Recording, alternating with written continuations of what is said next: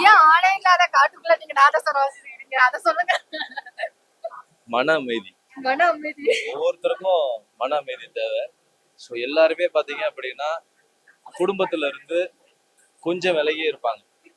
அதாவது நம்ம இன்வால்வ் ஆகனா அது பிரச்சனை பெருசாயிடக்கூடாது, இல்ல இந்த பிரச்சனையை தவிர்த்திடலாம் அப்படின்ற மனநிலையில இருந்து கொஞ்சம் ஒதுங்கி இருப்பாங்க.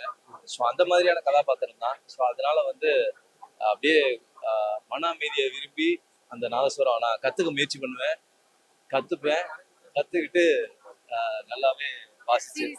உங்களுக்கு பிடிச்சிருந்துச்சா? எனக்கு ரொம்ப பிடிச்சிருச்சு படம். ஆக்சுவலி அது எங்க ஊர் சைடு ஸ்லாங் மறக்கவே முடியாது உண்மையிலே. எப்படி இந்த மக்களோட பாக்குறதுக்கு ரொம்ப சந்தோஷமா இருந்துச்சு. என்னன்னா எல்லாமே நடவடிக்கைக்கு அப்புறம் அண்ணன் தியேட்டர்ல உங்களை பாக்குறது ரொம்ப சந்தோஷமா இருக்கு. அதை தாண்டி ரொம்ப நேர் ஆப்போசிட்டா இருக்கு, ரொம்ப சூப்பரா இருக்கு. எங்க வீட்டுல நடந்துகிட்டு இருக்க விஷயத்த அப்படியே நீங்க பேசியிருக்கீங்க அப்படின்றது.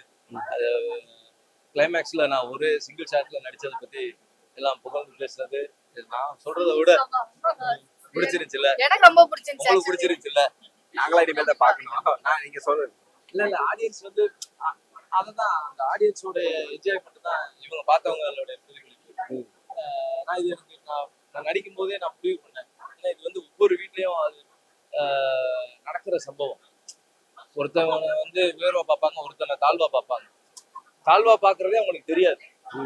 பல குடும்பத்துல பாத்தீங்க அப்படின்னா சரி, ஒரு அண்ணன் தம்பி இருப்பாங்க, ஒரு குடும்பமா இருப்பாங்க. ஆனா பார்க்கும்போது ஒருத்தனை வந்து அப்படியே ஒதுக்கியே வச்சிருப்பாங்க. ஆனா அவன் தான் அந்த மெயின் பில்லராகவே இருப்பான்.